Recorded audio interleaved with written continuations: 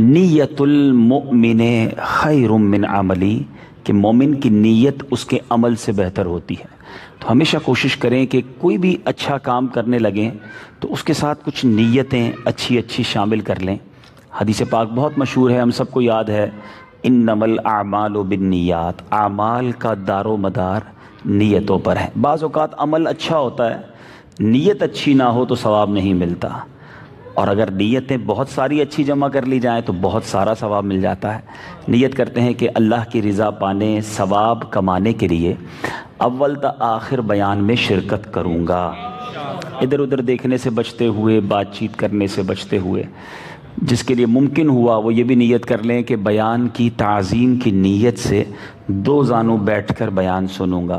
جس طرح تحیات میں بیٹھتے ہیں اس طرح بیٹھ جائیں، تو اس طرح مزید ادب کے ساتھ بیٹھنے کی برکتیں ملیں گی۔ تھک جائیں تو پھر جیسے چاہیں بیٹھ جائیں، یاد آئے تو پھر بیٹھ جائیں، کیونکہ اللہ اور اس کے رسول کا ذکر ہونا ہے تو با ادب بیٹھیں گے اور برکتیں لوٹیں گے۔ موبائل فون کو بھی مشورہ دوں گا آپ کو کہ سائلنٹ کر کے جیب میں رکھ لیں۔ بعض اوقات بڑی اہم بات ہو رہی ہوتی ہے، کسی کی بیل بج جاتی ہے تو شرعی مسئلہ سمجھنے میں غلطی بھی ہو سکتی ہے، تھوڑی دیر کی بات ہے، تو اب آئے ہیں تو پراپرلی آپ اجتماع میں بیان میں شامل ہو جائیں تو انشاءاللہ تھوڑی دیر میں اللہ نے چاہا بہت کچھ سیکھ کر جائیں گے۔ اللہ کریم ہم سب کو آج کے اس اجتماع کی برکتیں نصیب فرمائے۔ درود پاک پڑھنے کے بے شمار فضائل و برکات ہیں۔ کعبے کے بدر الدجا، طیبہ کے شمس الضحیٰ صلی اللہ تعالیٰ علیہ وسلم کی ذات والا تبار پر جتنا درود پڑھیں سبحان اللہ، اتنی فضیلتیں ہیں، اتنی احادیث ہیں کہ عقل حیران ہو جاتی ہے۔ وظیفہ ایک ہے، انعامات کتنے ہیں، ریوارڈز کتنے ہیں، دنیا میں بھی کیا کچھ ملتا ہے اور آخرت میں بھی کیا کچھ ملتا ہے۔ ایک بہت خوبصورت حدیث پاک، اور یہ حدیث پاک سلیکٹ کرنے کی، درود پاک کی فضیلتیں بہت ساری ہیں، مگر سلیکٹ کرنے کی ایک وجہ یہ ہے کہ جو آج میرے بیان کا ٹاپک ہے یہ اس سے بھی ریلیونٹ ہے، اس کے بھی مطابق ہے۔ آج بیان کا موضوع کیا ہے کچھ دیر کے بعد عرض کرتا ہوں۔ پہلے درود پاک کی شاندار فضیلت، سبحان اللہ۔ نبی پاک صلی اللہ تعالیٰ علیہ وسلم فرماتے من صلی، میرے آقا فرماتے ہیں کہ اللہ تبارک و تعالیٰ نے، حدیث پاک کا مضمون ہے، ایک فرشتہ میری قبر پر مقرر فرمایا ہے۔ ان اللہ وکل بقبری ملکن، اللہ نے ایک فرشتہ میری قبر پر مقرر کیا ہے۔ اب اس کو اللہ نے اسپیشلٹی کیا دی ہے، آتاہ اسماء الخلائق، اس کو اللہ تعالیٰ نے تمام مخلوق کی آواز سننے کی طاقت عطا فرمائی ہے۔ تب صرف انسانوں کی نہیں، ساری مخلوق کی آوازیں سننے کی طاقت دی۔ اس کی ڈیوٹی کیا ہے، اس کا کام کیا ہے؟ نبی پاک علیہ الصلوۃ والسلام فرماتے ہیں کہ جب کوئی شخص میرا امتی مجھ پر درود پڑھتا ہے، وہ فرشتہ اس کا درود میری بارگاہ میں اس طرح پہنچاتا ہے کہ یا رسول اللہ ھذا فلان ابن فلان قد صلی علیک، یا رسول اللہ فلاں بن فلاں نے آپ پر درود بھیجا ہے۔ اس حدیث سے بہت خوبصورت دو باتیں سمجھنی ہیں۔ ماشاءاللہ رکن شورا عقیل بھائی بھی آئے ہیں، مرحبا، آ جاؤ پر آ جاؤ۔ تو اب بہت خوبصورت دو باتیں سمجھنی ہیں کہ نبی پاک علیہ الصلوۃ والسلام کی قبر پر جو فرشتہ موجود ہے، ٹھیک ہے، اس کی پاور آف لسننگ کیا ہے۔ آج ہم جنرل سوسائٹی میں کراچی میں بیٹھے ہیں، ہزاروں میل دور مدینہ منورہ ہے، یہاں بیٹھ کر ہم درود پڑھیں، تھوڑی دیر پہلے پڑھا بھی ہم نے، اللہ کی رحمت سے امید ہے اس فرشتے نے ہم سب کی آواز کو سنا، ٹھیک ہے۔ اچھا، دنیا میں کہیں بھی پڑھیں، all around the world, Africa, America, Europe, کہیں بھی درود پڑھے گا کوئی شخص، وہ فرشتہ اس درود پاک کو سنے گا۔ ایک تو ہے سننے کی طاقت، اور دوسری ریکگنائزنگ پاور، یعنی اس کے اندر یہ صلاحیت اور یہ طاقت بھی ہے کہ کس نے درود پڑھا ہے وہ یہ بھی پہچان لیتا ہے۔ اچھا جناب، اب آج کل سائنس ترقی کر گئی ہے، آپ کسی کو کال کریں تو نام آ جاتا ہے کہ فلاں کی کال آ رہی ہے، ٹھیک ہے جناب، نام پہنچ گیا، مگر اس سے ایک سٹیپ اور آگے آج تک دنیا میں کوئی ایسی ٹیکنالوجی نہیں ہے جو یہ بتا دے کہ جو فون کر رہا ہے اس کے والد کا نام کیا ہے، ہیں؟ والد کا نام ایک الگ علم ہے، میرا اشارہ آپ سمجھ رہے ہوں گے کہ یہ ایک الگ نالج ہے۔ اللہ اکبر، اللہ نے اس فرشتے کو یہ علم بھی دیا کہ درود پڑھنے والے کی آواز بھی سن لیتا ہے اور یہ بھی پہچان لیتا ہے کس نے درود پڑھا ہے اور اس کے والد کا نام کیا ہے۔ تو اب سوال میرا یہ ہے کہ جس دربان کی سماعت کا عالم یہ ہے، نبی پاک کے در کا دربان ہوا نا، اس کی ڈیوٹی ہے درود پہنچانا. تو دربان مصطفیٰ کی لسننگ پاور کا عالم یہ. میں نے حدیث سنائی ہے آپ کو، میں نے کوئی اور بات نہیں کی، نبی پاک ہی کے فرمان سے میں آپ کو کچھ سمجھانا چاہ رہا ہوں کہ سرکار دو عالم صلی اللہ تعالی علیہ وسلم کے روضے پر موجود فرشتے کی لسننگ پاور اور نالج کا عالم یہ ہے کہ آل اراؤنڈ دا ورلڈ کہیں سے بھی کوئی درود پڑے تو وہ سن بھی لیتا ہے، پہچان بھی لیتا ہے. تو مصطفیٰ کریم کی سماعت کا عالم کیا ہوگا، فرشتوں کے آقا کی نالج کا عالم کیا ہوگا. ارے امتی اگر انہیں پکارے تو وہ کیوں نہ سماعت فرمائیں، کیوں نہ مدد فرمائیں، کیوں نہ دستگیری فرمائیں. سبحان اللہ، جو ہم صلاۃ و سلام میں جھوم جھوم کر شعر پڑھتے ہیں، میرے اعلیٰ حضرت ایسے ہی قلم نہیں اٹھاتے. امام عشق و محبت اعلیٰ حضرت نے جب بھی کوئی قلم اٹھایا، قرآن کی آیت کی طرف، حدیث کی طرف، کسی زبردست مسئلے کی طرف یا قرآنی واقعے کی طرف اشارہ فرمایا. اعلیٰ حضرت لکھتے ہیں دور و نزدیک کے سننے والے وہ کان. مصطفیٰ کریم کے در کے دربان کا سماعت کا عالم یہ ہے. تو نبی پاک کی سماعت کیسی؟ دور و نزدیک کے سننے والے وہ کان، کان لعلے کرامت پہ لاکھوں سلام. تو آقا علیہ الصلوۃ والسلام کی نالج، نبی پاک کا علم، میرے آقا کو اللہ تبارک و تعالیٰ نے کیسی عقل عطا فرمائی. آج میرے بیان کا موضوع یہ ہے، میلاد مصطفیٰ صلی اللہ تعالیٰ علیہ وسلم کا مہینہ ہے.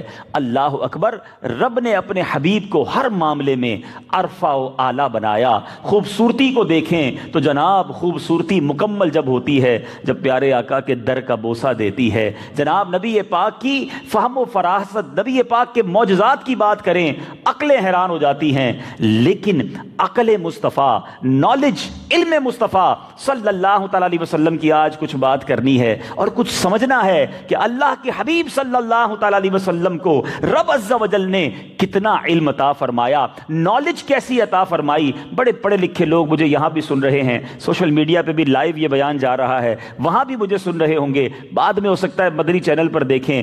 بہت سارے جینیس لوگ کہتے ہیں جناب اس کی نالج بڑی ہے، عقل میں کمال ہے، چارٹرڈ اکاؤنٹنٹ بن گیا. ارے جینیس بندہ ہے، بہت زبردست ذہین ہے، سائنٹسٹ بن گیا، بڑی بڑی چیزیں ایجاد کر لی. ہو سکتا ہے کوئی کہتا جناب فلاں بندے میں تو اتنا زبردست آئی کیو لیول ہے، فلاں شخص تو اتنا ذہین ہے. بتاؤ تمہارے نبی کی ذہانت، نبی علیہ الصلوۃ والسلام کے علم کا عالم کیا ہے. اللہ اکبر، رب نے اپنے حبیب کو ہر معاملے میں عرفہ و اعلیٰ بنایا. امام عشق و محبت جبھی تو لکھتے ہیں سب سے اولا و اعلیٰ ہمارا نبی، سب سے بالا و اعلیٰ ہمارا نبی، اپنے مولا کا پیارا ہمارا نبی، دونوں عالم کا دولا ہمارا نبی. تو نبی پاک علیہ الصلوۃ والسلام کو اللہ تبارک و تعالیٰ نے کیسے کیسے علوم عطا فرمائے، انشاءاللہ اس کو سمجھنے کی کوشش کریں گے.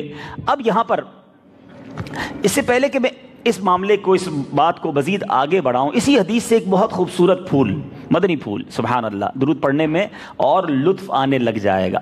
اور وہ مدنی پھول یہ ہے کہ آپ نے سنا کہ فرشتہ کرتا کیا ہے جب ہم درود پڑھتے ہیں؟ پیارے آقا علیہ الصلوۃ والسلام کی بارگاہ میں ہمارا درود نام کے ساتھ پہنچاتا ہے. میں آپ سے بھی سوال کرتا ہوں، اگر آپ کو جس سے بڑا پیار ہو، جس کی آپ بہت اٹموسٹ، بہت زیادہ رسپیکٹ کرتے ہوں، اور کوئی آ کر بتائے کہ یار آپ کی وہاں بات ہو رہی تھی، آپ کا ذکر ہو رہا تھا، سچ بتاؤ طبیعت اچھی ہو جاتی ہے نا؟ اگزامپل کے طور پر آپ کو کوئی کہے یار آپ کے پیر و مرشد کے سامنے آپ کی بات ہو رہی تھی، بندہ کہے واقعی میرا تذکرہ ہو رہا تھا میرے مرشد کے سامنے، اچھا بتاؤ تو صحیح کیا بات ہو رہی تھی. خوش ہو جاتا ہے آدمی. جس سے بڑی رسپیکٹ، بڑی محبت ہو، وہاں ہمارا نام لیا جائے ہمیں اچھا لگتا ہے. بتاؤ اے غلاموں، اس سے بڑھ کر کیا سعادت ہوگی؟ آپ یہاں درود پڑھیں، فرشتہ ادھر آپ کا نام پہنچا دیں. اچھا صرف میرا نام نہیں، میرے والد کا نام بھی پہنچ جائے گا. ایک بار درود پڑھوں 1 بار نام لے گا، 100 بار درود پڑھوں 100 بار نام لے گا. یعنی روزانہ حاضری لگانی ہے آپ کو اگر، تو درود پاک اپنا ورد بنا لیجئے. سبحان اللہ. اب دنیا کا دستور بھی ہے، سخی کے در پر اگر فقیر بار بار حاضری دے تو سخی بھی کہا کرتا ہے کہ روز آتا ہے، روز ہی ہاتھ پھیلاتا ہے، چلو آج اس کا کام کر دیتے ہیں. تو جس غلام کا روز نام لیا جائے گا، کبھی تو نبی پاک فرمائیں گے نا کہ چلو اپنے اس غلام کی جھولی بھر دیتے ہیں، اس پر کرم کے دریا بہا دیتے ہیں، تو کام ہو جائیں گے انشاءاللہ. تو یاد رکھیے اپنی حاضری لگانے کے لیے بھی کثرت کے ساتھ درود پاک اپنا معمول بنائیے. محبت کے ساتھ با آواز بلند درود پاک پڑھ لیجئے. صلو علی الحبیب صلی اللہ تعالی علی صلی اللہ علیہ وسلم. نہیں تھی سیٹنگ نہیں تھی. میٹھے بیٹے اسلامی بھائیوں، اب بات کرتے ہیں نبی پاک علیہ الصلوۃ والسلام کی عقل مبارک کی، پیارے آقا کی نالج کی. اس سے پہلے ہم سیدنا ابو البشر حضرت آدم علیہ نبینا علیہ الصلوۃ والسلام کی نالج کی بات کرتے ہیں. حضرت آدم علیہ الصلوۃ والسلام ابو البشر ہیں، اور آپ جب خلیفہ بنائے گئے یا خلیفہ بنایا جا رہا تھا تو فرشتوں نے، اللہ تبارک و تعالیٰ اور فرشتوں کے درمیان ایک مکالمہ ہوا. عرض کی یا اللہ اس کو خلیفہ بناتا ہے، اس کو خلیفہ بنا رہا ہے کہ جو زمین پر جا کر جس کی اولاد نے فساد کرنا ہے اور دیگر معاملات ہونے. ہم زیادہ، یعنی علماء نے لکھا کہ اس کلام کے پیچھے فرشتوں کی یہ تمنا تھی کہ یا اللہ ہم نوری مخلوق ہیں، ہم تیری عبادت کرتے، ہمیں خلیفہ، ہم میں سے کسی کو خلیفہ بنایا جانا چاہیے تھا. تو اللہ تبارک و تعالیٰ نے حضرت آدم علیہ الصلوۃ والسلام کو علم عطا فرمایا اور پھر فرشتوں سے فرمایا کہ تم ان تمام چیزوں کے دنیا کے نام بتاؤ. تو فرشتوں نے عرض کی مولا ہم تو نہیں جانتے.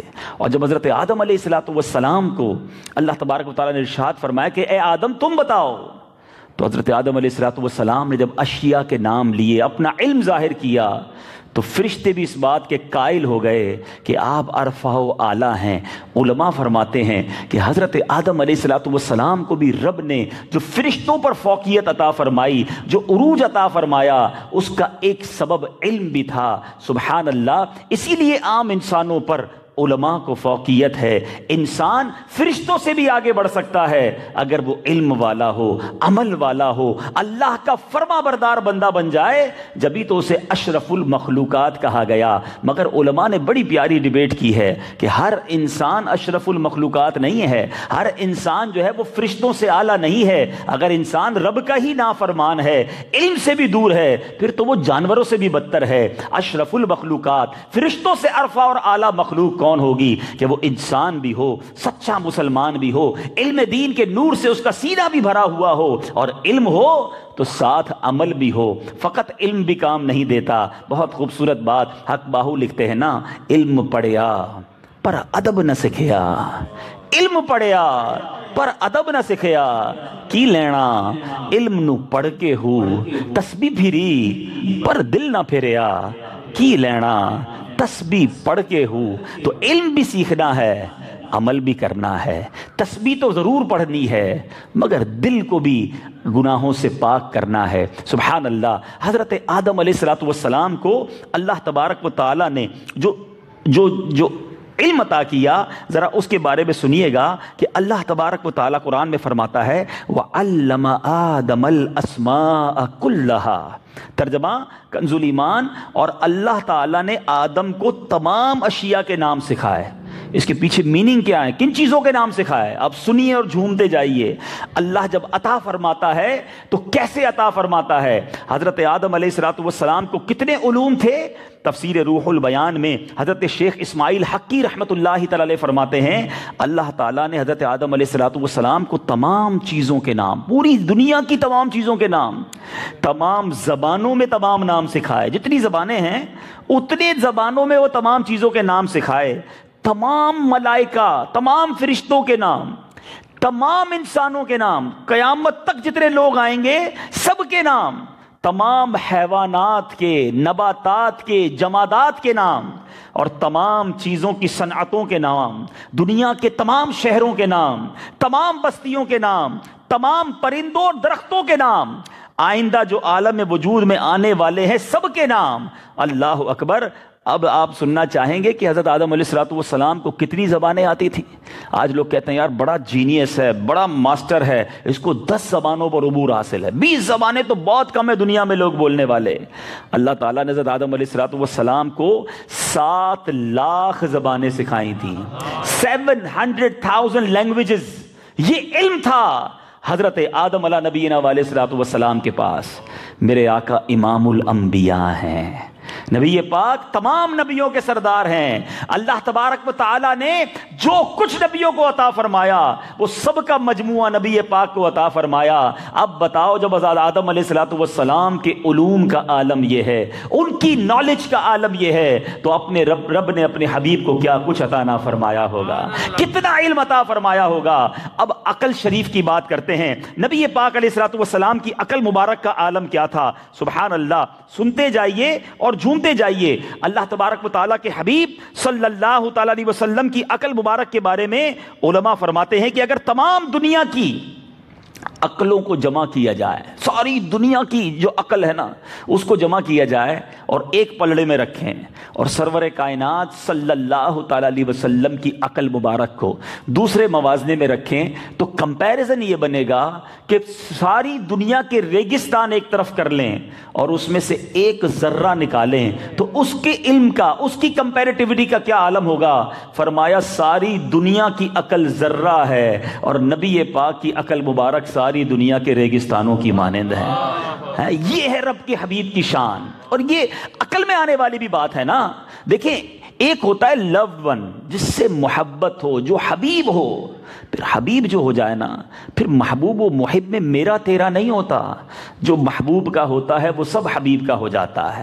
اعلیٰ حضرت نے یہ بات ایک ہی شعر میں سمجھا دی ہے. اللہ نے کیا کچھ عطا فرمایا, سبحان اللہ, رب جانے اس کا محبوب جانے. لیکن ہمیں سمجھ یہ آتا ہے کہ میں تو مالک ہی کہوں گا کہ ہو مالک کے حبیب, میں تو مالک ہی کہوں گا کہ ہو مالک کے حبیب, یعنی محبوب و محب میں نہیں میرا تیرا.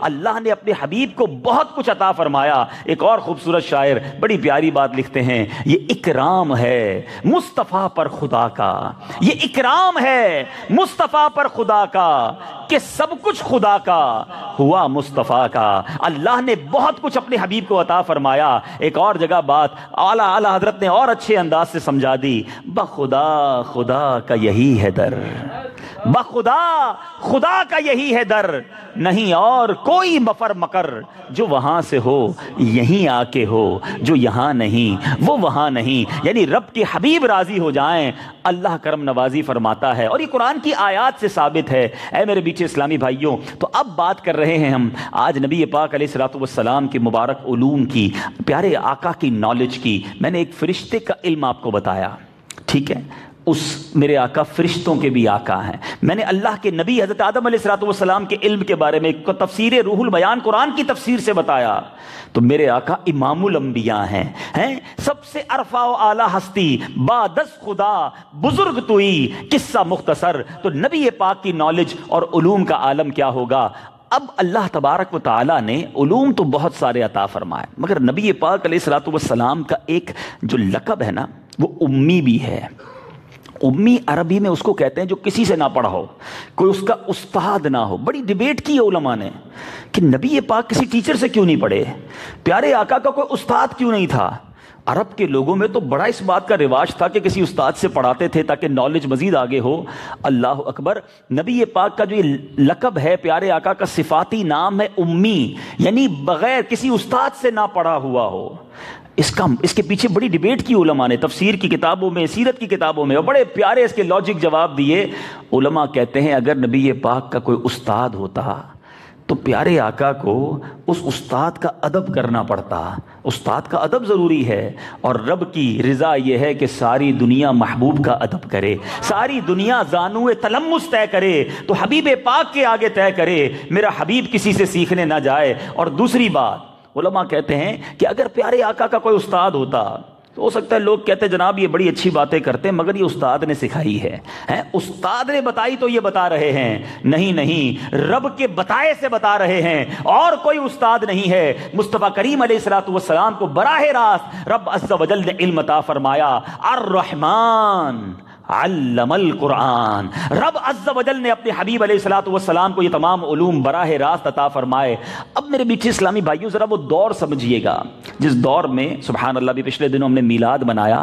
ایگزیکٹلی جو دور میرے آقا کا تھا, جس دور میں نبی پاک تشریف لائے, یہ بڑا ہی انوکھا دور تھا. جہالت بھی عروج پر تھی, ان اے سینس آف کریکٹر, یعنی ان کے جو کریکٹرز تھے وہ اتنے برے تھے کہ بے حیائی، بدکاری، بت پرستی، شراب نوشی، جوا، کون سا برا فعل تھا جو اس قوم میں نہیں تھا. یہاں تک جاہل تھے کہ اپنی بچیوں کو پیدا ہوتے ہی زندہ دفن کر دیا کرتے. جہالت عروج پر تھی. لیکن اس کے ساتھ ساتھ ایسی قوم کو سدھارنا تھا. دوسرا، وہ قوم میں انٹلیکچوئلز بڑے تھے، ان کو اپنی عقل پر، اپنے کلام پر، اپنی فصاحت پر بڑا غرور، بڑا تکبر تھا. آج کے دور میں لڑائی جو ہوتی ہے فوج کرتی ہے نا، اس زمانے میں دو طرح کی لڑائی ہوتی تھی. ایک تلوار سے لڑائی ہوتی تھی اور ایک الفاظ کی لڑائی ہوتی تھی. ادھر سے ایک قصیدہ لکھا جاتا، اس طرف کی فوج والے ایک کلام لکھتے جو باقاعدہ اٹیک ہوتا تھا دوسری قوم پر. اب وہ قوم جواب میں کلام لکھتی تھی. یعنی لڑائیاں، خاندانوں کے فیصلے، بڑے بڑے معاملے جو ہے وہ ان کی فصاحت، بلاغت، ان کے اشعار کے ذریعے ہوا کرتے تھے. ایک بڑا ان کو ناز تھا. میں بڑی عجیب بات کرنے جا رہا ہوں، بہت سو کو شاید نہیں پتا ہوگا. آپ نے یہ تو سنا ہوگا عربی اور عجمی، ٹھیک ہے نا؟ ہم کون ہیں؟ عجمی ہیں. عربی الگ ہیں، عجمی ہم. عجم کس کو کہتے ہیں پتہ ہے آپ کو؟ عجم کے معنی ہے گونگا. عربی ہمیں عجمی کیوں کہتے تھے؟ کہا ان کو بات ہی کرنا نہیں آتی. جو عربی نہیں نا، سارے عجم ہیں، وہ گونگے ہیں، ان کے پاس زبان ہی نہیں ہے. زبان عربیوں کے پاس ہے. یہ لیول آف انڈرسٹینڈنگ ان کی زبان پر تھا ان کو. اب ایسے دور میں نبی پاک کی تشریف آوری ہوتی ہے، جن کو اپنی زبان پر بڑا ناز ہے، اپنی کلام پر بڑا ناز ہے. رب نے اپنے حبیب کو بغیر کسی استاد کے پاس بھیجے. امی ہے میرے آقا، مگر علوم کیسے عطا کیے، نالج کیسی عطا کی، کلام کیسا عطا کیا. ظاہر ہے دنیا کو بتانا تھا کہ اتنی بڑی انٹلیکچوئل فیلڈ کے سامنے جب نبی پاک نے کلام کرنا شروع کیا، ان بڑے بڑے شعراء، بڑے بڑے فصحاء، بڑے بڑے انٹلیکچوئلز کی عقلیں دنگ رہ گئیں کہ یہ الفاظ کہاں سے آئے، یہ جملے کہاں سے آئے، یہ نالج کیسی ہے. یہ سبحان اللہ الفاظ ہیں کہ موتیوں کی مانند ہیں. اعلیٰ حضرت امام اہل سنت اسی سینیریو کو سمجھاتے ہیں. کیا شاندار انداز میں لکھتے ہیں آقا میں نثار تیرے کلام پر، میں نثار تیرے کلام پر، ملی یوں تو کس کو زبان نہیں. زبان تو سب کے پاس ہے نا، سب کے پاس زبان ہے، سب بولتے ہیں. میں نثار تیرے کلام پر، ملی یوں تو کس کو زبان نہیں.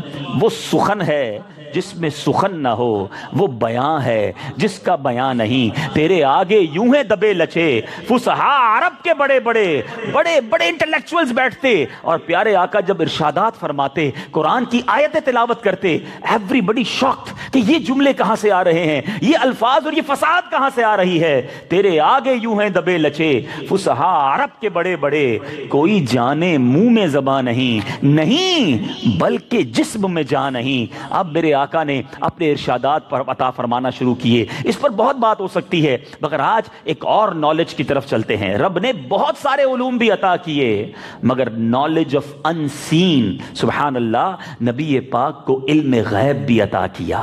اور آج میں قرآن و حدیث کے ذریعے پیارے آقا علیہ الصلوۃ والسلام کے علم غیب پر چند آپ کو دلائل بھی دے دیتا ہوں. سبحان اللہ، آپ سنتے جائیں، ایمان بھی تازہ کرتے جائیں. اگر کوئی مسکنسپشن ہے تو وہ بھی دور ہو جائے گا. اللہ کے حبیب صلی اللہ تعالی علیہ وسلم کو رب نے کیسا علم غیب عطا کیا، پہلے تو قرآن پاک میں سن لیتے ہیں. کچھ اس طرح کی بات ہوتی ہے کہ جناب اللہ کے سوا تو کسی کو علم غیب نہیں. بالکل ہمارا بھی یہی عقیدہ ہے کہ عالم الغیب رب عز وجل ہے. وہ جس کو بتائے، جتنا بتائے، یہ اس کی مرضی ہے. مگر رب نے خود ہی قرآن میں فرمایا ہے کہ رب اپنے چنے ہوئے لوگوں کو، چنے ہوئے رسولوں کو علم غیب عطا فرماتا ہے. سبحان اللہ، قرآن پاک میں ہے عالم الغیب فلا یظہر علی غیبہ احدا. اللہ عالم الغیب ہے اور وہ اپنے غیب پر کسی کو مطلع نہیں کرتا. یہاں تک آیت نہ پڑھیں، تھوڑا آگے بھی پڑھ لیں. اسی آیت میں آگے قرآن میں رب فرماتا ہے الا من ارتضی من رسول، سوائے اپنے پسندیدہ رسولوں کے. اللہ عالم الغیب ہے، کسی کو علم غیب نہیں عطا فرماتا مگر سوائے اپنے پسندیدہ رسولوں کے. تو اب مجھے بتاؤ سب سے بڑا پسندیدہ کون ہے؟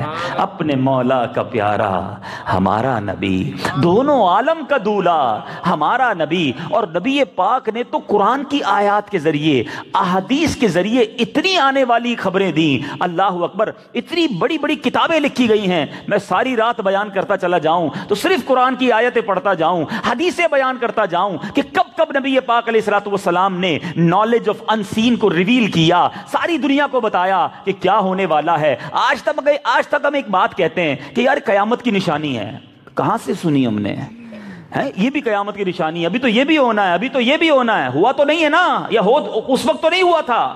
یہ ساری قیامت کی نشانی کون سی قرآن پاک کی آیت میں ہے؟ یہ ساری کی ساری میرے آقا علیہ الصلوۃ والسلام نے اپنی حدیثوں میں بیان فرمائی ہے کہ ایک زمانہ آئے گا تو ایسا ہوگا، ایسا ہوگا. کچھ نشانیاں ہو گئی اور کچھ ہونے والی ہیں. تو یہ ساری وہ نالج ہے جو قرآن اور حدیث کی کتابوں میں بھری پڑی ہے، کہ جہاں پیارے آقا علیہ الصلوۃ والسلام نے اپنی نالج ہم سے شیئر کی، ہم تک پہنچائی کہ یہ ہونا ہے، قیامت سے پہلے یہ ہوگا. اور صحابہ کرام کو تو کچھ دنوں کے بعد کے واقعات بتاتے. آپ کو یاد ہوگا، کئی بار آپ نے سنا ہوگا کہ نبی پاک علیہ الصلوۃ والسلام جب مکہ شریف سے گئے، ذرا غور کیجئے گا اسلام نے کتنی جلدی ترقی کی. جب میرے آقا علیہ الصلوۃ والسلام مکہ شریف سے مدینہ طیبہ گئے، بہت رنجیدہ تھے، بڑے غمزدہ تھے. مکہ آپ کا شہر تھا، 53 ایئرز میرے آقا نے وہاں گزارے تھے. بچپن بھی وہیں گزرا، ولادت بھی وہیں ہوئی، زندگی کے 53 سال میرے آقا نے مکے میں گزارے، مگر ان ظالموں نے نہیں رہنے دیا. صحابہ چلے گئے. اب نبی پاک آخر میں جب ہجرت کرنے لگے بہت افسردہ تھے. اچھا، ایک اور خوبصورت بات بھی، چلیں آپ کی نالج میں اضافہ ہو. آج کل 1438 سنہ ہجری چل رہا ہے، ٹھیک ہے، 39 ہو گیا، 1439 سنہ ہجری. 1439 سنہ ہجری جو ہے، یہ آپ نے کبھی غور کیا کہ یہ کیا ہے؟ میرے آقا جس دن مکے سے مدینے روانہ ہوئے نا، یہ جو ہجرت ہوئی تھی، یہ ایگزیکٹلی اس دن سے ڈیٹ شروع ہوئی ہے. یعنی 1439 سال، اگر کوئی چیک کرنا چاہے کہ کتنے سال ہو گئے، تو 1439 سال پہلے نبی پاک نے مکہ سے مدینہ ہجرت کی تھی. یہ ہجری سن جو ہے اس وقت سے شروع ہوا. بہرحال تو میں سمجھانا یہ چاہ رہا ہوں، جب نبی پاک گئے تو اس کا مطلب پہلا سال تھا نا، ہجری سن پہلا بنے گا. 8 سال کے اندر، ودن 8 ایئرز، نبی پاک واپس مکے آتے ہیں اور فاتح مکہ بن کر آتے ہیں. جس مکے میں پیر رکھنے کی جگہ نہیں دی جا رہی، کعبے میں نماز نہیں پڑھنے دی جا رہی، ودن 8 ایئرز مسلمانوں کو کیسا عروج ملتا ہے کہ مسلمان جب مدینہ شریف سے واپس آتے ہیں تو مکہ شریف فتح ہو جاتا ہے. وہ الگ داستان ہے کہ کس انداز سے فتح ہوا، کیسی معافی ہوئی، ایک الگ چیپٹر ہے. مگر صحابہ جب مکے سے مدینے گئے نا، غمزدہ بھی تھے. میرے آقا نے ادھر ہی صحابہ کرام کو خوشخبری دے دی تھی کہ ایک دن مکہ فتح ہوگا. اور یہ صورت ہم کئی بار سنتے ہیں مگر ترجمہ اور تفسیر پر توجہ نہیں دیتے، ورنہ ہمیں بھی پتہ چلتا. سبحان اللہ. کون سی صورت ہے؟ سورہ نصر. بسم اللہ الرحمن الرحیم. اذا جاء نصر اللہ والفتح وَرَأَيْتَ النَّاسَ يَدْخُلُونَ فِي دِينِ اللَّهِ أَفْوَاجًا فَسَبِّحْ بِحَمْدِ رَبِّكَ وَاسْتَغْفِرْهُ إِنَّهُ كَانَ تَوَّابًا. ترجمہ کیا ہے؟ جب اللہ کی مدد اور فتح مکہ آ جائے اور لوگوں کو تم دیکھو کہ اللہ کے دین میں فوج داخل ہوتے ہیں، تو اپنے رب کی ثنا کرتے ہوئے اس کی پاکی بولو اور اس سے بخشش چاہو، بے شک وہ بہت توبہ قبول کرنے والا ہے. علماء نے اس کی تفسیر میں لکھا کہ جس فتح کی نوید سنائی جا رہی ہے یہ فتح مکہ تھی. یہ قرآن کی سورت مکے میں نازل ہو گئی، مدینے تشریف لے گئے، مگر تھوڑے ہی عرصے میں مسلمانوں نے دیکھا. یاد رہے فتح مکہ سے پہلے اکا دکا 1 2 3 کر کے لوگ مسلمان ہوتے تھے، مگر جب فتح مکہ ہو گئی تو افواجا، فوج کی فوج مسلمان ہونے لگی، گروہ کے گروہ مسلمان ہونے لگ گئے. تو قرآن کے ذریعے بھی میرے آقا علیہ الصلوۃ والسلام نے ہمیں غیب کی خبر دی، آنے والی نالج عطا فرمائی. اسی طرح میرے میٹھے اسلامی بھائیوں، غزوہ بدر، اب میں مسلم شریف کی حدیث سنانے جا رہا ہوں، ٹھیک ہے. غزوہ بدر کا موقع تھا. پیارے آقا علیہ الصلوۃ والسلام نے ایک رات پہلے صحابہ کو میدان جنگ میں لے گئے اور وہاں چھڑی پر لکیریں کھینچ کھینچ کر بتایا کہ یہ ابو جہل یہاں مرے گا، قریش کا فلاں سردار یہاں مرے گا، یہ فلاں سردار کی یہ جگہ پر موت ہوگی. صحابہ کہتے ہیں جب جنگ ختم ہوئی، رتی برابر انچ بھی آگے پیچھے نہیں تھا. جس سردار قریش، جس کفار کے سالار کے لیے نبی پاک نے جو جگہ بتائی تھی، اسی جگہ پر جناب اس کی لاش ملی. میں سوال کرتا ہوں آپ سے، کل کون مرے گا؟ کیا یہ علم غیب نہیں؟ یہ کس کو پتا ہے؟ اچھا، مرے گا کون یہ بھی پتا ہے، اور کہاں کہاں مرے گا، کدھر کدھر جائے گا، کدھر اس کی لاش ہوگی. میرے آقا نے یہ بھی ارشاد فرمایا، اور میں آپ کو سیاہ ستہ کی حدیثیں سنا رہا ہوں اور قرآن کی آیت سنا رہا ہوں. آگے چلتے ہیں. آپ سب کو پتا ہے کہ یہ فضیلت آپ سب کو میں بخاری شریف کی حدیث میں سنانے جا رہا ہوں. نبی پاک نے جنگ خیبر کا موقع ہے. پیارے آقا علیہ الصلوۃ والسلام نے فرمایا، میں کل اس شخص کو یہ جھنڈا دوں گا، بخاری کی حدیث ہے، کہ جو اللہ اور اس سے رسول سے محبت کرتا ہے اور اللہ اور اس کا رسول بھی اس سے محبت کرتا ہے، اور وہ اس کے ہاتھ سے خیبر بھی فتح ہو جائے گا. یعنی جھنڈا جس کے ہاتھ میں دیں گے وہ کل جنگ بھی جیت جائے گا. یہ میرے آقا نے پہلے ایک دن پہلے بتا دی. اچھا صحابہ کا بلیف ایسا تھا, کہتے ساری رات شوق میں نیند ہی نہیں آئی. ہر صحابی سوچتا رہا کہ وہ کون ہے جس کو صبح کا یہ جھنڈا دیا جائے گا, کاش میں ہوں. ہر صحابی کی خواہش, کیونکہ ساتھ بشارت بھی تھی نا, اللہ اور اس کے رسول سے محبت کرنا تو سب کے لیے ضروری ہے. فرمایا اللہ اور اس کا رسول بھی اس سے محبت فرماتے ہیں. کہتے صبح صبح سارے صحابی پہنچ گئے. پیارے آقا نے صبح ارشاد فرمایا, حدیث کا مضمون ہے علی کہاں ہیں؟ کہ حضور ان کی تو آنکھوں میں آشوب آئے ہوئے ہیں, آنکھوں کی جو مرض ہوتا ہے, تو کب بلاؤ. حضرت علی کو بلایا گیا. نبی پاک نے اپنا لعاب دہن, اللہ اکبر, کوئی آئنٹمنٹ نہیں, کوئی آئی ڈراپس نہیں, میرے آقا نے اپنا لعاب دہن مبارک تھوک مولا علی کی آنکھوں میں لگایا.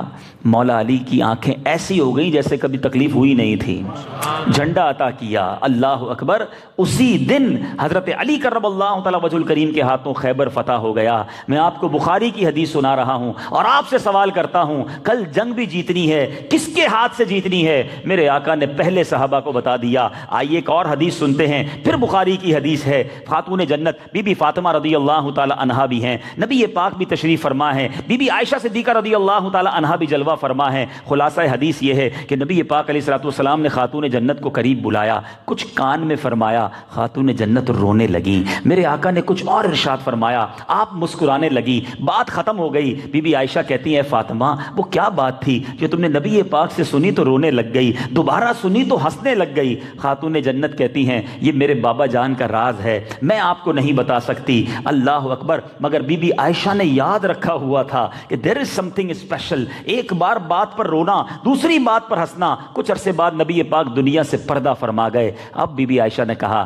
اے فاطمہ اب تو بتا دو اس دن بات کیا ہوئی تھی, بخاری کی حدیث سنا رہا ہوں. خاتون جنت کہتی ہیں ہاں اب بتاتی ہوں. بات یہ ہے کہ نبی پاک نے مجھے قریب بلا کر کہا تھا اے فاطمہ کچھ دنوں میں میں دنیا سے چلا جاؤں گا, پردہ فرما جاؤں گا. جب میں نے یہ سنا بے قرار ہو گئی کہ میری آنکھوں کے چین میرے آقا دنیا سے تشریف لے جائیں گے, میں رونے لگ گئی. اب نبی پاک نے تسلی دیتے ہوئے فرمایا اے فاطمہ گھبراؤ مت, میرے تمام گھر والوں میں سب سے پہلے تم مجھ سے آ کر ملو گی, یعنی میرے بعد تمہارا انتقال ہوگا اور ہماری عالم ارواح میں ملاقات ہوگی. کہتی یہ بات سنی تو میں مسکرانے لگ گئی. میرے میٹھے اسلامی بھائیوں, دو باتیں سیکھنی اس حدیث سے. خاتون جنت بی بی فاطمہ الزہرا رضی اللہ تعالی عنہا کا نبی پاک سے پیار کیسا تھا. کسی کو یہ کہا جائے کہ میں تو جا رہا ہوں, تھوڑے دنوں بعد تمہاری باری ہے, بندہ ڈر جائے. خاتون جنت مسکرانے لگ گئیں کہ آقا سے جلدی ملاقات ہو جائے گی. کتنی محبت ہے سرور کائنات علیہ الصلوۃ والسلام سے.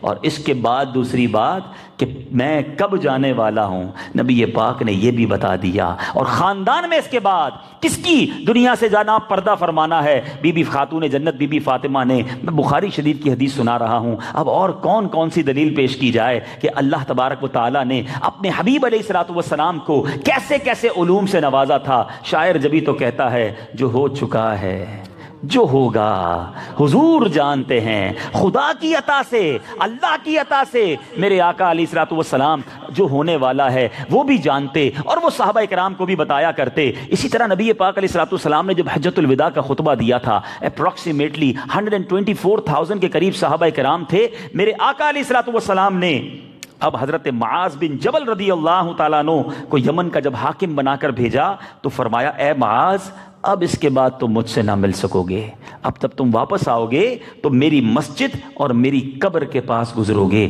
حضرت معاذ بن جبل کو روانہ کرتے وقت فرمایا تھا کہ اب ہماری یہ آخری ملاقات ہے, اب تم لوٹو گے. دو خبر کی غیب کی ہیں, میں دنیا سے چلا جاؤں گا, تم زندہ ہوگے, تم باقی ہمیں تو صبح کا نہیں پتا ہم باقی ہیں کہ نہیں. اگر نبی پاک فرما رہے جب تم واپس آؤ گے it means you will alive, تم موجود ہوگے دنیا میں, تم آؤ گے تو میری قبر کے پاس سے گزرو گے. پیارے آقا کا یہ فرمان تھا کہ میں دنیا سے پردہ کر جاؤں گا. تو اے میرے میٹھے اسلامی بھائیوں, احادیث بھری پڑی ہیں. آخری حدیث سنا کر اپنے موضوع کو اختتام کی طرف لاؤں گا, ورنہ میں نے کہا نا کہ میرے پاس اتنے سارے موضوعات ہیں, اتنی حدیثیں اور اتنی آیتیں ہیں. اب بہت خوبصورت ایمان افروز حدیث اور کئی بار سنی بھی ہوگی, اور یہ حدیث بھی بخاری کی ہے. حضرت انس رضی اللہ تعالیٰ عنہ راوی ہیں, فرماتے کہ نبی پاک علیہ الصلوۃ والسلام ایک بار جبل احد تشریف لے گئے.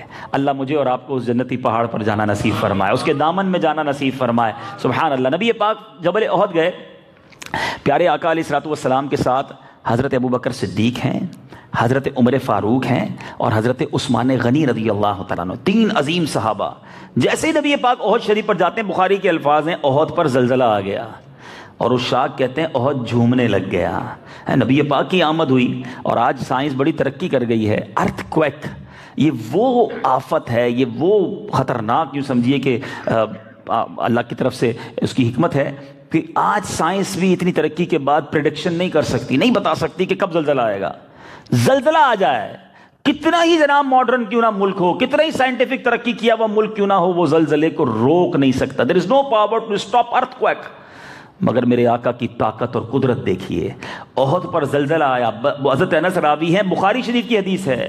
نبی پاک نے کیا کیا یہ بھی دیکھیے, اتھارٹی.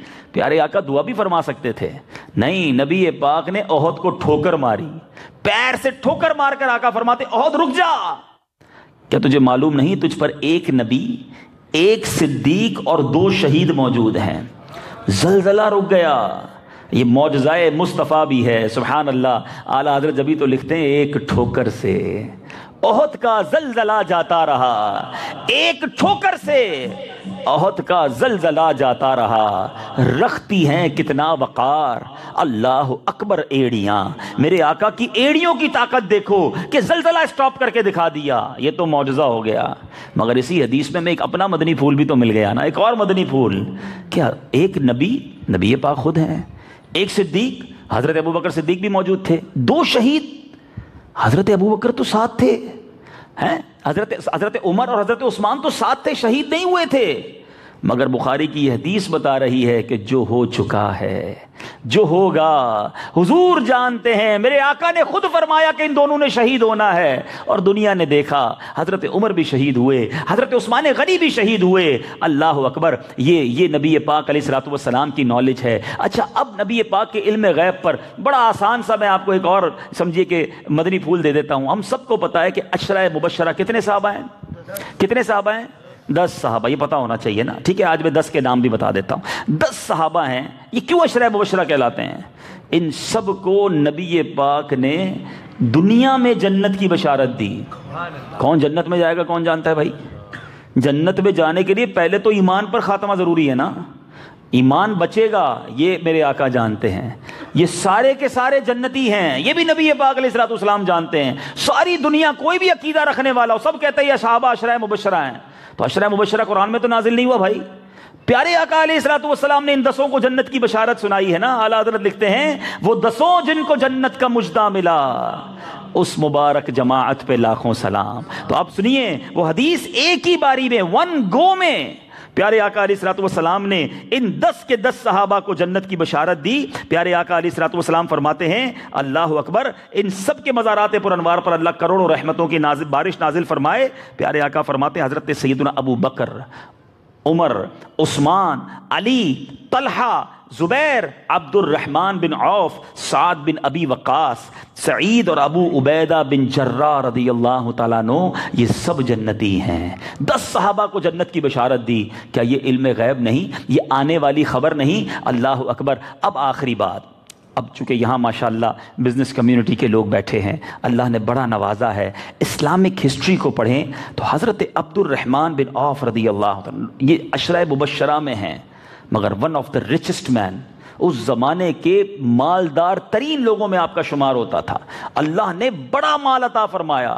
آج لوگ کہتے ہیں یار بزنس کے ساتھ دین کرنا بڑا مشکل ہے, بزنس کے ساتھ علم دین کیسے سیکھا جائے, کاروبار کریں تو پھر دین کا کام بڑا, پیسے لے لو ہم سے, مسجد بنوا لو, چندہ لے لو ہم سے, یار باقی ہم کاروبار دیکھیں یا یہ دین کا کام کریں. حضرت عبد الرحمن بن عوف, حضرت عثمان غنی رضی اللہ, he is also one of the richest men on that era, اس زمانے کے سب سے بڑے تاجران میں آپ کا شمار ہوتا ہے. حضرت امام اعظم ابو حنیفہ رضی اللہ تعالیٰ عنہ فقہ کے امام ہیں.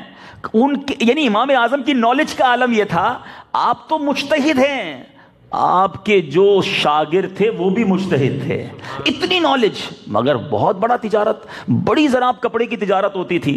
تو ہمیں ان کی سیرت سے سیکھنا ہے کہ اسلام ڈسکریج نہیں کرتا بزنس کو, اسلام مالدار ہونے کو ناپسندیدہ نہیں کرتا. ایک بار بلکہ سرکار دو عالم صلی اللہ علیہ وسلم سے سوال ہوا کہ مالداری کیسی ہے, پیسے والا ہونا کیسا ہے؟ نبی پاک نے جو ارشاد فرمایا اس کا مضمون یہ ہے, آقا فرماتے مالدار ہونا برا نہیں ہے اگر خوف خدا ساتھ ہو. خوف خدا دل میں ہو تو بندہ مالدار ہو جائے, کوئی غم نہیں.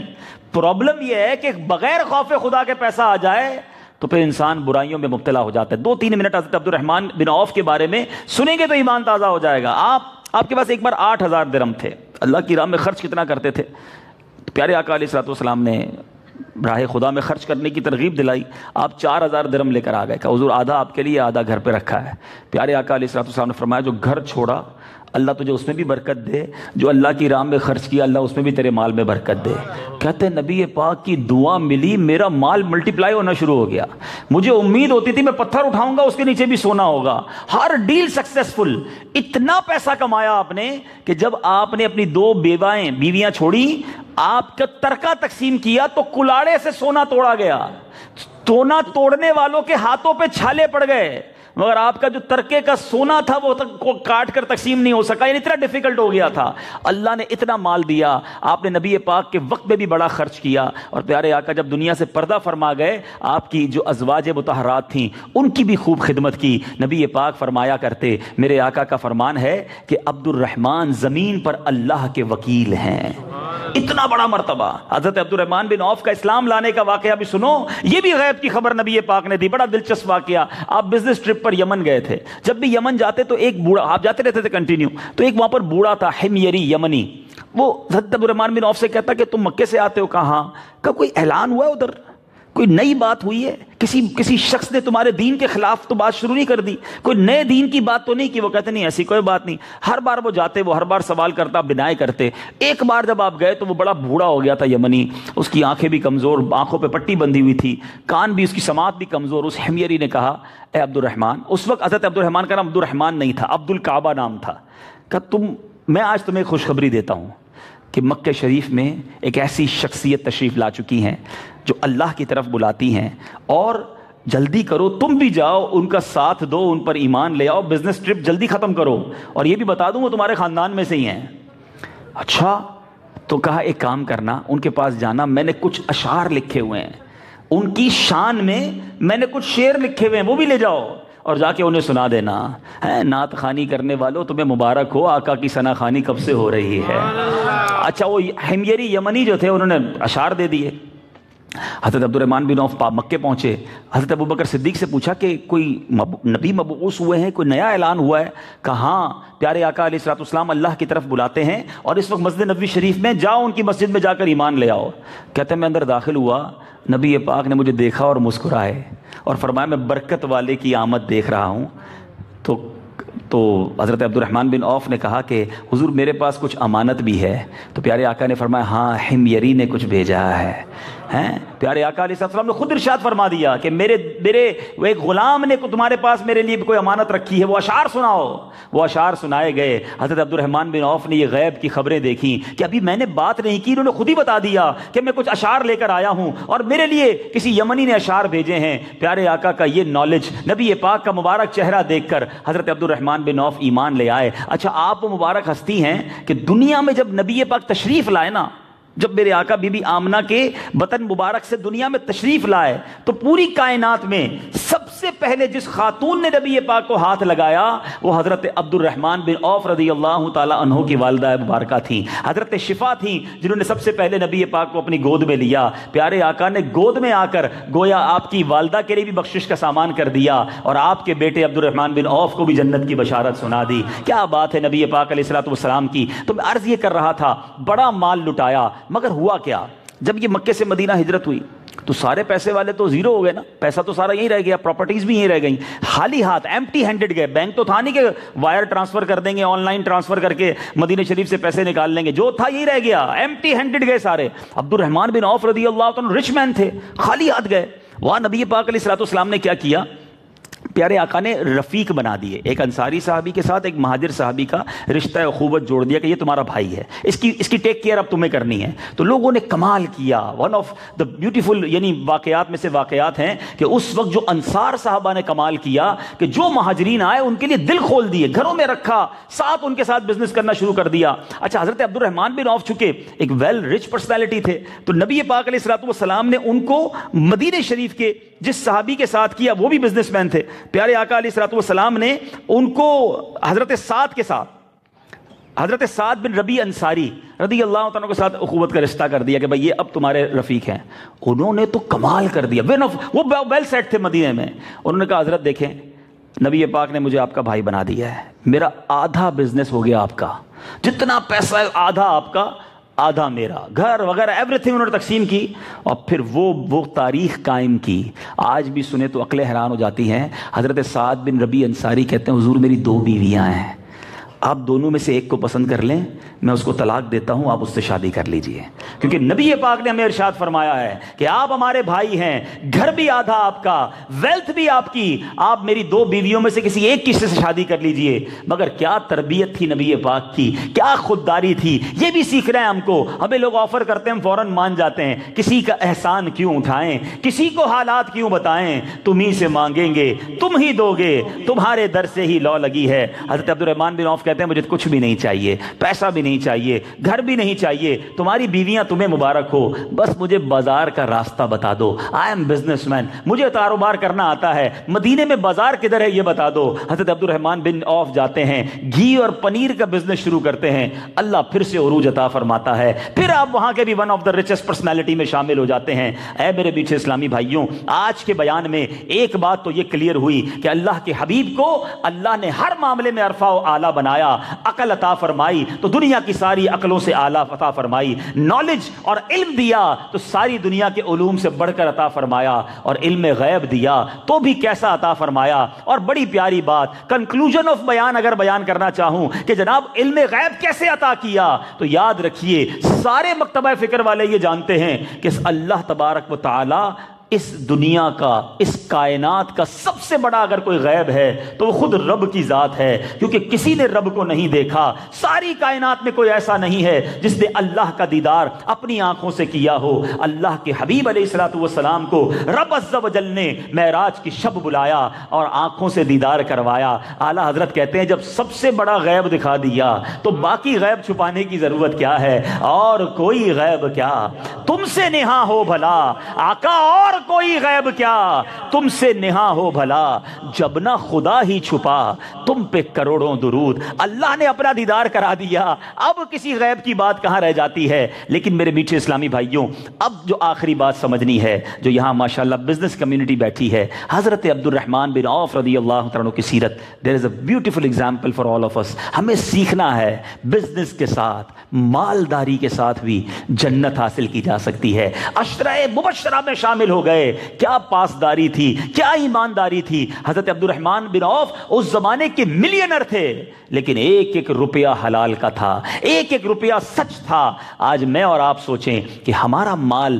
کیا پاک ہے, کیا حلال ہے. اور دوسری بات کہ جتنا میرا پیسہ بڑھتا جا رہا ہے, سچ بتاؤ ہونا کیا چاہیے تھا. آج ہم بہت سو سے اچھے ہیں, آج ہم میں سے بہت سارے گاڑی میں یہاں پر آئے ہیں, اللہ نے ہمیں بہت اچھے گھر دیے ہیں, ٹھنڈ ہو رہی ہے, ہم میں سے بہت سو نے جیکٹ سویٹر پہنے, رات جائیں گے تو بلینکٹ بھی ہے ہمارے پاس. مگر آج کئی ایسے رات سوئیں گے جن کے پاس بلینکٹ نہیں ہوگا. ہیں ابھی ہم کھانا بھی کھائیں گے, کھانا کھا کر بھی کئی آئے ہوں گے, کئی ایسے رات سوئیں گے جن کے آج رات وہ کھانا نہیں کھا سکیں گے. ہم گاڑی میں آئے ہیں, کئی ایسے ہیں جو بسوں میں دھکا کھاتے ہیں. ہم جب گاڑی کسی اچھی سی کافی شاپ پر روکتے ہیں, چائے پیتے ہیں, ٹھنڈی رات میں ہمارے شیشے پر کوئی ناک کرتا ہے اور ہم سے کچھ پیسے مانگتا ہے. ہم گاڑی میں بیٹھے ہیں, اللہ نے مجھے اور آپ کو سواریاں دی ہیں, مجھے اور آپ کو اچھے گھر دیے ہیں, مجھے اور آپ کو کروڑوں سے اچھا بنایا ہے. ہم میں سے کئیوں کے ملازمین ہیں, ہم میں سے بہت سارے خود ملازم نہیں ہیں. یہ کتنی بڑی نعمت ہے. اور نعمتوں کو گنوانے جاؤں تو بہت طویل فہرست ہے, بٹ میں آپ کے دلوں پر دستک دینا چاہتا ہوں کہ جس کو اللہ نے کروڑوں سے اچھا بنایا, سچ بتاؤ اس کی نیکیاں زیادہ نہیں ہونی چاہیے تھی, اس کا شکر زیادہ نہیں ہونا چاہیے تھا, اس کی عبادتیں زیادہ نہیں ہونی چاہیے تھی. عجیب معاملہ ہے, اللہ نعمتیں بڑھاتا ہے, بندہ غریب ہوتا ہے اس کے کم گناہ ہوتے ہیں. جیسے جیسے پیسے آتے جاتے ہیں اس کے گناہ بھی بڑھتے جاتے ہیں, اس کی نافرمانیاں بڑھتی جاتی ہیں. یہ کون سی عقل مندی ہے؟ ہونا یہ چاہیے تھا رب عطائیں بڑھاتا, میں سجدے بڑھاتا, وہ نعمتیں بڑھاتا, میں اور عبادت بڑھاتا, میں اور شکر کرتا اس کا کہ مولا تیری مہربانی, تو نے مجھے کروڑوں سے اچھا بنایا, مجھے مانگنے والا نہیں مجھے دینے والا بنایا. میں آج ہاسپٹل میں نہیں ہوں, مگر کچھ ابھی بھی، میں ابھی ایئرپورٹ سے آ رہا ہوں، سیدھا ایئرپورٹ سے راستے میں نے بات کی ہمارے ایک اسلامی بھائی سے، ٹرانسپلانٹ ہو رہا ہے اس بیچارے کا، وہ ہاسپٹل میں ایڈمٹ ہے، میرے گردے سلامت ہے، یہ اللہ کی مہربانی نہیں؟ کئی ایسے جو ابھی ڈائلیسس کرانے جا رہے ہوں گے، ہفتے میں 3 دن ڈائلیسس ہوتا ہے، اللہ نے مجھے اس بیماری سے بچایا، یہ اللہ کی مہربانی نہیں؟ کتنی نعمتیں میرے اور آپ کے پاس، سوچئے تو صحیح، بینک بیلنس بھرے ہوئے ہیں۔ کئی بیچارے ایسے 12-15 تاریخ آتی ہے، مہینہ مشکل سے گزرتا ہے، قرضے پہ گھر چلتا ہے، دعا کرتے ہیں گھر میں کوئی بیمار نہ ہو جائے، کیونکہ تنخواہ میں جگہ ہی نہیں ہے کہ میں دوائی لے سکوں، میں علاج کروا سکوں۔ اللہ نے ان فکروں سے مجھے اور آپ کو آزاد رکھا ہے۔ حضرت عبد الرحمن بن عوف رضی اللہ تعالیٰ عنہ، ان کی سیرت کو پڑھو، اتنا بڑا بزنس تھا مگر اللہ کی بارگاہ میں مقبول بھی کیسے تھے۔ یہاں تو حال یہ ہے کہ یہ عطا پتہ نہیں کہ پیسے جو آ رہے ہیں وہ حلال ہیں نہیں، اور پیسے بڑھتے تو جا رہے ہیں مگر گناہ ہے کہ رک نہیں رہے، نافرمانیاں ہیں کہ ختم نہیں ہو رہی۔ سوچئے، میں ایک روایت سنانے جا رہا ہوں آپ کو، بہت امید افزا بھی ہے اور بہت ڈرانے والی بھی ہے۔ امید افزا غریبوں کے لیے ہے۔ اگر میرا کوئی ایسا بھائی بیٹھا ہے یا سن رہا ہے، مجھے تو تکلیف میں ہے، نہیں ہوتا پورا، پریشان ہے، سنو، صابر اور شاکر رہنا، بھروسہ کرنا رب پر، شکوہ نہ کرنا۔ حدیث پاک کا مضمون ہے کہ جو اللہ کے تھوڑے دیے پر راضی ہو جاتا ہے، سنو، جو اللہ کے تھوڑے دیے پر راضی ہو جاتا ہے، اللہ بھی اس کے تھوڑے عمل پر راضی ہو جاتا ہے۔ اللہ اکبر۔ جب میں نے روایت پڑھی نا، سچی بات ہے، غریبوں کے لیے تو بڑا اس میں حوصلہ ہے، مگر ڈر یہ لگا کہ جس کو تھوڑا دیا اس کا تھوڑا عمل وہ مقبول کر لے گا، جس کو زیادہ دیا اگر اس کو قیامت کے دن زیادہ کا سوال کر لیا تو کہ تمہیں تو بہت دیا تھا، کدھر ہیں تمہارے سجدے، کدھر ہے تمہاری تلاوت، کدھر ہے تمہاری عبادتیں، تو کیا جواب دیں گے کہ پیسہ تو بہت تھا مولا مگر مسجد نہیں جاتا تھا، نمازیں قضا ہو جاتی، بیزی بہت ہوتا تھا نا بزنس میں، اس لیے میں نہیں پڑھ سکتا تھا نماز۔ یہ جواب دو گے؟ اس لیے دیا اللہ نے مال، کدھر سے کمایا، کدھر خرچ کیا، ایچ اینڈ ایوری نعمت کا سوال ہونا ہے۔ خدا را اپنی ہمیں دیکھیں، میلاد کا مہینہ اب اینڈ ہو رہا ہے، 12ویں منائی ہم سب نے، بہت اچھا کیا، گھر سجائے، پرچم لگائے، نعرے لگائے، ویری گڈ، مگر اس میلاد کے مہینے نے مجھ پر اور آپ پر امپیکٹ کیا ڈالا؟ میری اور آپ کی ذات میں تبدیلی کیا آئی؟ کیا 12 ربیع الاول کے جانے کے بعد بھی میں نمازی بنا؟ ہم نیاز ضرور کھائیں، ہم نیازی ہیں، مگر نیازی سے پہلے ہم نمازی ہیں۔ ہم یہ پروف کریں نبی پاک سے محبت کو کہ یا رسول اللہ آپ کا میلاد آیا، آپ ہی کا تو فرمان ہے کہ نماز آنکھوں کی ٹھنڈک ہے، یا رسول اللہ آج کے بعد میری کوئی نماز قضا نہیں ہوگی۔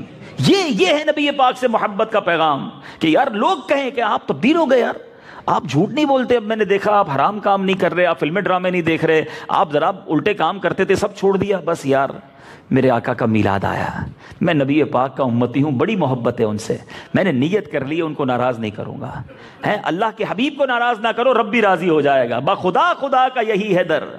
ہمیں پیارے آقا علیہ الصلوۃ والسلام کی رضا، ان کی سنتوں پر عمل کرنا ہے، تو خدا را اپنے ایٹیٹیوڈ کو، اپنے معاملات کو خود چیک کر لیجئے کہ کیا اللہ نعمتیں بڑھا رہا ہے، میری اللہ کی فرما برداری بڑھ رہی ہے، یا ایچ اینڈ ایوری ڈے میں اللہ سے دور ہو رہا ہوں۔ لیکن یہ آسان نہیں ہے، ہمیں جواب دینا پڑے گا قیامت کے دن کہ میرے بندے تجھے لاکھوں سے اچھا بنایا تھا، پھر بھی تو نے میری نافرمانی کی، پھر بھی تو نے مجھے ناراض کرنے والے کام کیے۔ خود سوچیں، خدا را نعمتوں کا شکر بھی یہی ہے۔ علماء کہتے ہیں ایک شکر ہوتا ہے زبان سے، بندہ کہتا ہے یا اللہ تیرا شکر، یا اللہ تیرا شکر، الحمدللہ، ٹھیک ہے، یہ بھی ہے۔ فرمایا اصل شکر یہ ہے کہ بندہ اللہ کی نافرمانی نہ کرے، جس نے دیا اسی کو ناراض کرے۔ اب یہ نافرمانی کرنا ناشکری ہے۔ اچھا دنیا کا بھی دستور ہے نا، میں کسی کو بہت اچھا سا گفٹ دوں، یا مجھے کوئی بڑا اچھا گفٹ دے دے، یا میری کیئر کرے، میں کسی کی کیئر کروں، تو بندہ کیا کہتا ہے، یار اب یہ ناراض نہیں ہونا چاہیے، یار اس نے بڑا کمال کیا، بڑی مہربانی کی۔ 1-2 بار مجھ پر کوئی دنیا میں مہربانی کر دے، میں اس کو ناراض نہیں کرنا چاہتا۔ جس رب نے مجھے اتنی ساری نعمتیں دی ہیں وہ ناراض نہ ہو جائے، اس کی کوئی فکر نہیں ہے۔ آئیے آج پکی سچی نیت کریں، آج آئے نا اجتماع میں، اس کو نارمل اوکیشن نہ بنا دے کہ آئے بڑا اچھا بیان ہوا، کھانا کھایا، بڑا اچھا گیدرنگ بڑی اچھی تھی، نہیں، لیٹس میک اٹ چینج۔ اپنی لائف میں اس اجتماع کو کچھ چینجنگ کا سبب بنائیں۔ میں نہیں پوچھنا چاہتا آپ سے، نہ مجھے بتائیں، آپ جانیں، آپ کا رب جانے، وہ اللہ دلوں کے حال جانتا ہے۔ واٹ ایور جو میرے اندر شارٹ کمنگ ہے، جو میرے اندر خامی ہے، کوتاہی ہے، وہ میں جانتا ہوں، جو آپ کے اندر ہے وہ آپ جانتے ہیں۔ آپ آج اپنے دل میں ہی اللہ سے وعدہ کر لیں کہ بس مالک تو نے واقعی مجھے بہت اچھا بنایا. بہت. اپنے ملازمین کو دیکھو نا یار, آپ کے پاس بہت ساری ایگزامپلز ہوں گی, غریب رشتہ دار ہوں گے, بہت سارے لوگ ہوں گے جو بہت پریشان ہیں دنیا میں لوگ, اور آج اللہ نے مجھے اور آپ کو بہت اچھا بنایا ہے, بہت نوازا ہے. ہاں ہو سکتا ہے کوئی اور بھائی بھی مجھے سن رہا ہو, یار یہ باتیں تو امیروں کے لیے کر رہے ہیں, میں تو خود بڑا پریشان ہوں, میرا کرائے کا گھر ہے, میری تو نوکری بھی بڑی کمزور سی ہے, تو مجھے کہاں سے نوازا. نہیں, یہ بھی بے وقوفی ہے اگر کوئی ایسا سوچ رہا ہے. میں ایک دعویٰ کر رہا ہوں, جتنے یہاں بیٹھے نا جو مجھے لائیو بھی سن رہے ہیں سوشل میڈیا پر, each and everybody of you, میں چیلنج کرتا ہوں کہ جتنے مجھے سن رہے ہیں آپ سب ایسی لائف گزار رہے ہیں جیسی لائف گزارنے کے لیے کروڑوں لوگ خواب دیکھ رہے ہیں. ٹھیک ہے آپ کا کرائے کا گھر ہے, مگر لوگ فٹ پاتھ پر بھی تو سوتے ہیں نا. ٹھیک ہے آپ کے پاس موٹر سائیکل ہے, مگر کچھ لوگ ایسے ہیں جن کے پاس پیر ہی نہیں ہے. ہر بار نعمت میں اپنے سے کمتر کو دیکھو. یار آپ اور میں آزاد تو ہیں, لوگ جیلوں میں ہیں, ہاسپٹلز میں نالیاں لگی ہوئی ہیں, کھا نہیں سکتے. مجھے بھی تھوڑے دنوں پہلے ایک شخص نے بتایا, ایک بہت بڑا بلینئر تھا اور بڑی مارکیٹ کی بڑی پارٹی تھی, تو کہہ رہا ہے اس کی دکان کے باہر ایک بندہ جو ہے فٹ پاتھ پر بیٹھ کر وہ نیاز لے کر آیا, دال کے اوپر, روٹی کے اوپر دال تھی, تو وہ مل اونر پتہ کیا کہتا ہے, کہتا ہے کاش میں, کتنا خوش نصیب ہے یہاں بیٹھ کر دال روٹی کھا سکتا ہے, میں نہیں کھا سکتا. اس کو ایسی بیماری ہے کہ وہ ایک گلاس پورا پانی نہیں پی سکتا, اس کو پورے دن میں تھوڑا تھوڑا کر کے پانی پینا پڑتا ہے, کھانا تو دور کی بات ہے. مجھے اور آپ کو اللہ نے بہت اچھا بنایا ہے, شکر ادا کرو. ہمیشہ نعمتوں میں اپنے سے کمتر کو دیکھو. ایک شخص کے بارے میں آتا ہے نا, وہ کہیں روڈ پہ جا رہے تھے تو پیر میں جوتے نہیں تھے, شکوہ کیا مولا جوتے بھی نہیں ہیں. تھوڑی دیر بعد ایک بندہ نکلا, اس کے پیر ہی نہیں تھے. کہ یا اللہ تیری مہربانی, پیر تو دیے ہیں, جوتے ہی نہیں تھے نا, پیر تو ہے نا. تو پلیز ٹرائی ٹو انڈرسٹینڈ, جس رب نے اتنا نوازا ہے اس کا شکر ادا کرو. اور شکر صرف زبان سے نہیں ہے, سارا دن الحمدللہ کی تسبیح پڑھ لو ہیں, اور رات اللہ کو ناراض کرو, حرام کام کرو, نمازیں چھوڑو. زبان سے بھی الحمدللہ کہنا ہے اور اعضاء سے بھی اللہ کا شکر ادا کرنا ہے کہ یا اللہ یہ اعضاء سلامت دیے, نہیں کروں گا نافرمانی تیری. تو آؤ سب مل کر نیت کرتے ہیں کہ انشاءاللہ اب اپنے رب کی نافرمانی نہیں کریں گے. آج کے بعد ہماری کوئی نماز قضا نہیں ہوگی, حرام نہیں دیکھیں گے, حرام نہیں سنیں گے, حرام نہیں بولیں گے, حرام نہیں کمائیں گے. آپ لائف اچھی کرنے کی کوشش کریں, اللہ کی فرما برداری کی کوشش کریں, پھر دیکھیں کیسے نعمتیں اور بڑھتی ہیں. ہاں نعمتیں آپ کی بڑھ جائیں گی, دوام مل جائے گا. آخری بات, حضرت حسن بصری فرماتے ہیں کہ بندہ جب تک اللہ کی نعمتوں کا شکر ادا کرتا ہے اللہ نعمتیں بڑھاتا ہے, اور جب نعمتوں کی ناشکری کرتا ہے وہی نعمتیں اس کے لیے عذاب بنا دی جاتی ہیں.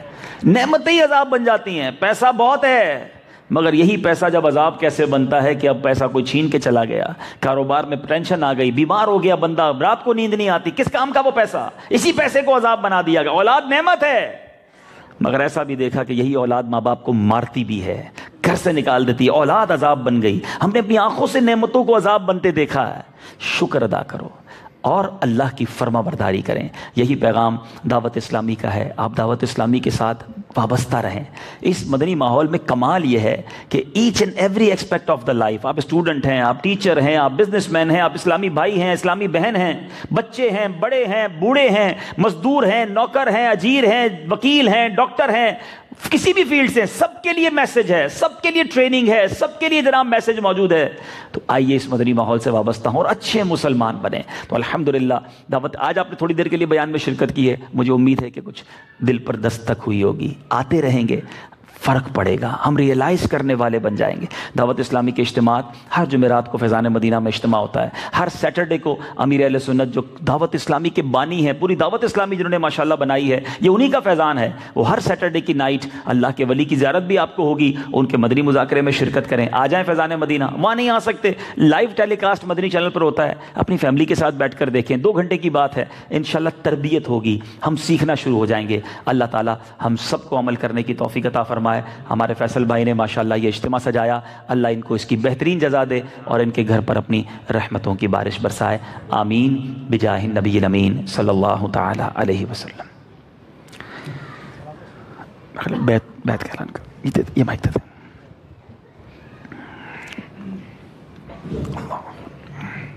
صلو علی الحبیب صلو علی الحبیب صلی اللہ تعالی علی محمد صلی اللہ علیہ وسلم. میرے میٹھے اور پیارے اسلامی بھائیوں, ہم نے بہت سارے لوگوں نے پھول سے ان بیگین کے بارے میں بھی سنا اور شکر کے بارے میں بھی سنا. الحمدللہ اللہ تبارک و تعالیٰ نے ہمیں سب سے بڑی نعمت ہمارا ایمان عطا فرمایا, ہمیں مسلمان بنایا. سب مل کر اللہ تبارک و تعالیٰ کا اس نعمت پر بھی شکر ادا کریں. آئیے مل کر کہیے الحمدللہ رب العالمین.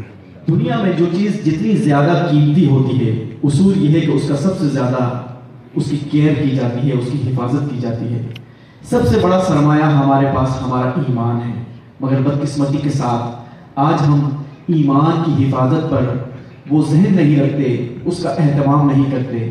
یاد رکھیے گا, علماء بتاتے ہیں کہ زندگی میں جس شخص کو ایمان کی حفاظت کی فکر نہیں ہوگی, خدشہ ہے کہ موت کے وقت اس کا ایمان چھین لیا جائے. میں نے اور آپ نے ایمان کی حفاظت کرنی ہوگی. ایمان کی حفاظت کا ایک آسان اور بہترین ذریعہ علماء نے بتایا کہ کسی ولی کامل کے ہاتھوں میں ہاتھ دے دینا ہے.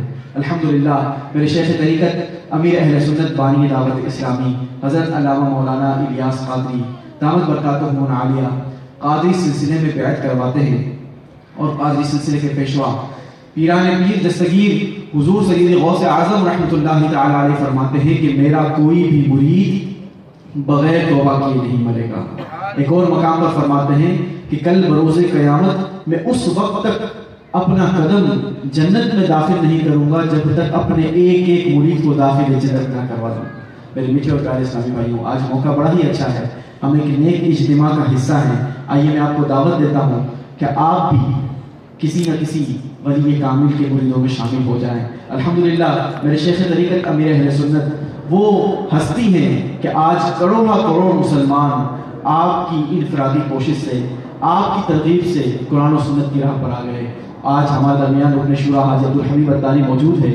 آئیے ان کی موجودگی کا فائدہ اٹھاتے ہوئے ہم ان کے ذریعے شیخ طریقت امیر اہل سنت اور شیخ طریقت کے ذریعے پیران پیر دستگیر کے مریدوں میں شامل ہو جاتے ہیں. اور میرے شیخ طریقت امیر اہل سنت کا بڑا ہی پیارا انداز کہ جب آپ بیعت کرواتے ہیں تو اس سے پہلے توبہ بھی کرواتے ہیں, اور روایتوں میں ملتا ہے کہ گناہوں سے توبہ کرنے والا ایسا ہے گویا اس نے گناہ ہی کیا ہے.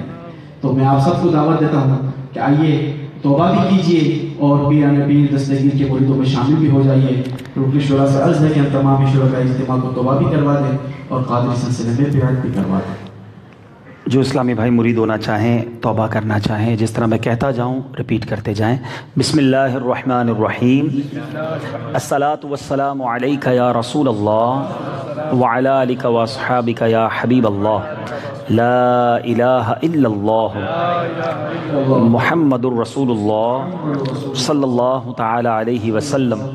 توبہ کرتا ہوں میں اپنے تمام پچھلے گناہوں سے, اور وعدہ کرتا ہوں میں کہ آئندہ شریعت پر چلوں گا, بد مذہبوں اور برے لوگوں کی صحبت سے بچتا رہوں گا, نماز روزے کی پابندی کرتا رہوں گا, والدین کی نافرمانی, جھوٹ, غیبت, چغلی, وعدہ خلافی, گالی گلوچ, فلمیں, ڈرامے, گانے باجے, بے پردگی وغیرہ وغیرہ گناہوں سے بچتا رہوں گا. اے اللہ میری اس توبہ کو قبول فرما اور مجھے میرے وعدے پر ثابت قدم رکھ. مرید ہوتا ہوں میں خاندان عالی شان قادریہ رضویہ عطاریہ میں نے اپنا ہاتھ آپ کے ذریعے سے شیخ طریقت امیر اہل سنت کے ہاتھ میں دیا, اور ان کے ذریعے سرکار بغداد حضور غوث پاک رضی اللہ تعالی عنہ کے ہاتھ میں دیا.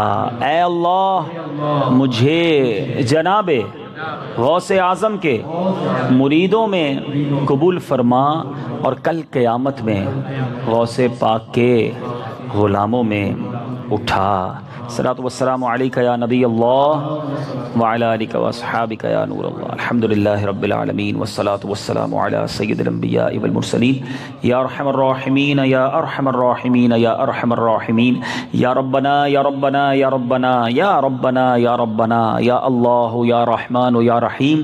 اللہم ربنا آتنا فی الدنیا حسنۃ وفی الآخرۃ حسنۃ وقنا عذاب النار وقنا عذاب القبر وقنا عذاب الحشر وقنا حساب الميزان. ربنا تقبل منا انك انت السميع العليم وتب علينا يا مولانا انك انت التواب الرحیم. رب کریم ہم سب کا جمع ہونا اپنی بارگاہ میں قبول فرما. ہم سب کے تمام صغیرہ کبیرہ گناہوں کو معاف فرما. اے اللہ آج کے اس اجتماع کو ہماری مغفرت کا ذریعہ بنا دے. ہمارے ماں باپ کی, نبی پاک علیہ الصلوۃ والسلام کی ساری امت کی بخشش فرما. اے کریم ہمیں نیک بنا دے, پرہیزگار بنا دے, والدین کا فرما بردار بنا دے, سچا پکا عاشق رسول بنا دے. اے اللہ دنیا میں بہت کچھ تو نے عطا کیا, ہماری آخرت بھی اچھی کر دے. ہمیں تو تیرے فرما بردار بندوں میں شامل فرما لے, شکر گزار بندوں میں شامل فرما لے. دنیا میں بھی خیر اور آخرت میں بھی خیر ہمارا مقدر فرما. ہماری بات اے اللہ تو نے بنائی ہوئی ہے, اے مالک ہماری بات بنائی رکھنا. اے اللہ ہمارے عیب تو نے چھپائے ہوئے ہیں, اے کریم ہمارے عیب چھپائی رکھنا. ہماری عزت بنائی ہوئی ہے, اے اللہ یہاں بھی عزت اور وہاں بھی عزت ہمارا مقدر فرما. ادھر بھی ذلت سے بچا, ادھر بھی ذلتوں سے محفوظ فرما. اے کریم ہم سب کی جان, مال, عزت, آبرو, آل اور اولاد, دین اور ایمان کی حفاظت فرما. ہمیں حاسدوں کے حسد سے بچا لے, بد نظروں کی بد نظری سے بچا لے, شیطان کے شر سے بچا لے, جادو ٹونے آسیب سے بچا, زمینی اور آسمانی بلاؤں سے بچا, زلزلوں, طوفانوں, وائرسوں سے محفوظ فرما. اے اللہ اتنے ہاتھ اٹھے ہیں, تیرے حبیب علیہ الصلوۃ والسلام کا تیرا ذکر ہوا ہے مالک. تیرے دربار میں التجا ہے ہم سب کی تمام نیک اور جائز تمنائیں پوری کر دے.